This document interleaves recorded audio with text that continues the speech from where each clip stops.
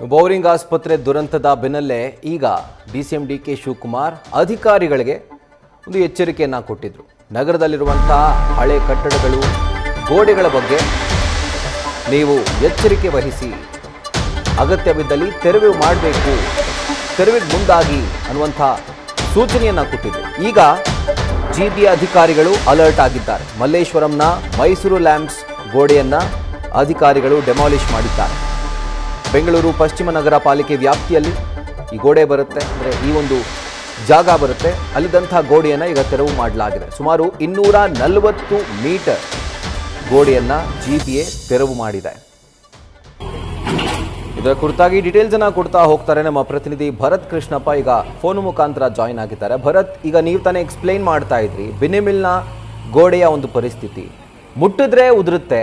ಮತ್ತೊಂದು ಕಡೆಯಲ್ಲಿ ಮೈಸೂರು ಲ್ಯಾಂಬ್ಸ್ನ ಒಂದು ಗೋಡೆ ಏನಿದೆ ಮಲ್ಲೇಶ್ವರಂ ಭಾಗದಲ್ಲಿ, ಆ ಒಂದು ಗೋಡೆಯನ್ನು ತೆರವು ಮಾಡಲಾಗ್ತಾ ಇದೆ. ಸೊ ಈ ಥರದ ಎಷ್ಟು ಗೋಡೆಗಳನ್ನು, ಅಂದರೆ ಡೇಂಜರ್ ಗೋಡೆಗಳನ್ನು, ಕಾಂಪೌಂಡ್ಗಳನ್ನು ಅಧಿಕಾರಿಗಳು ಗುರುತು ಮಾಡಿದ್ದಾರೆ. ಆ್ಯಂಡ್ ಆ ಎಲ್ಲ ಗೋಡೆಗಳ ದುರಸ್ತಿ ಆಗಿರ್ಬೋದು, ತೆರವಾಗಿರ್ಬೋದು, ಯಾವಾಗ ಅನ್ನೋದೇ ಪ್ರಶ್ನೆ. ಈಗ ಬೋರಿಂಗ್ ಆಸ್ಪತ್ರೆಯ ಗೋಡೆ ಕುಸಿದು 7 ಜನರ ಸಾವನ್ನಪ್ಪಿದ ಪ್ರಕರಣಕ್ಕೆ ಸಂಬಂಧಪಟ್ಟಂತೆ ಅದಾದ ನಂತರ ಡಿಸಿಎಂ ಡಿಕೆ ಶಿವಕುಮಾರ್ ಅವರು ಜಿಬಿಎ ಕಮಿಷನರ್ಗೆ ಒಂದು ಸೂಚನೆಯನ್ನ ಕೊಟ್ಟಿದ್ರು. ಅಂದ್ರೆ ಆಯಾ 5 ನಗರ ಪಾಲಿಕೆ ವ್ಯಾಪ್ತಿಗಳಲ್ಲಿ ಒಂದು ವಿಶೇಷ ತಂಡಗಳನ್ನ ಪ್ರತ್ಯೇಕವಾಗಿ ರಚನೆ ಮಾಡಿ ನಗರದಲ್ಲಿ ಯಾವೆಲ್ಲ ಹಳೆಯ ಕಟ್ಟಡಗಳು ಜೊತೆ ಹಳೆಯ ಗೋಡೆಗಳಿದಾವೆ, ಬೀಳುವ ಹಂತದಲ್ಲಿದ್ದಾವೆ, ಅದನ್ನ ಮಾರ್ಕ್ ಮಾಡಿ ಅದನ್ನ ಕೂಡಲೇ ತೆರವುಗೊಳಿಸಿ ಅನ್ನೋ ಒಂದು ಆದೇಶವನ್ನ ಕೊಟ್ಟಿದ್ರು. ಅದಕ್ಕೆ ಸಂಬಂಧಪಟ್ಟಂತೆ ಈಗಾಗಲೇ ಜಿಬಿಎ ಮುಖ್ಯ ಆಯುಕ್ತರು ಎಲ್ಲಾ ನಗರ ಪಾಲಿಕೆ ಆಯುಕ್ತರಿಗೆ ಸೂಚನೆ ಕೊಟ್ಟಿದ್ರು.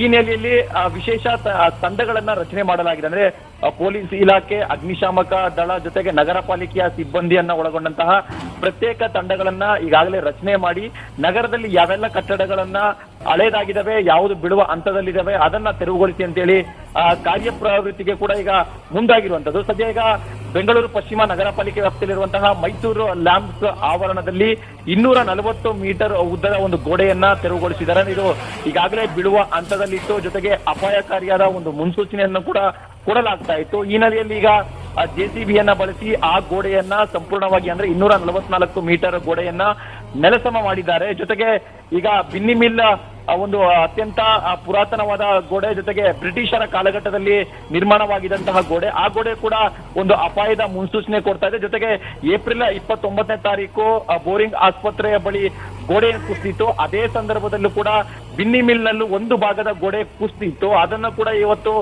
ತೆರವುಗೊಳಿಸುವಂತಹ ಕೆಲಸವನ್ನ ಜಿಬಿಎ ಸಿಬ್ಬಂದಿಗಳು ಮಾಡಿದ್ದಾರೆ.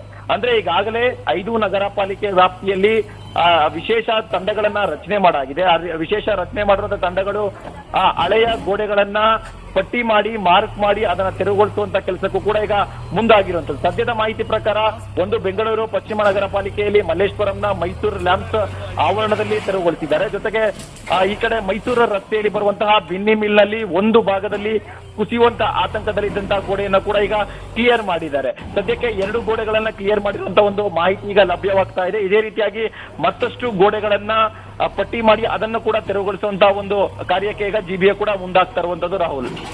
Right Bharat, thank you ಡೀಟೇಲ್ಸ್ಗೆ.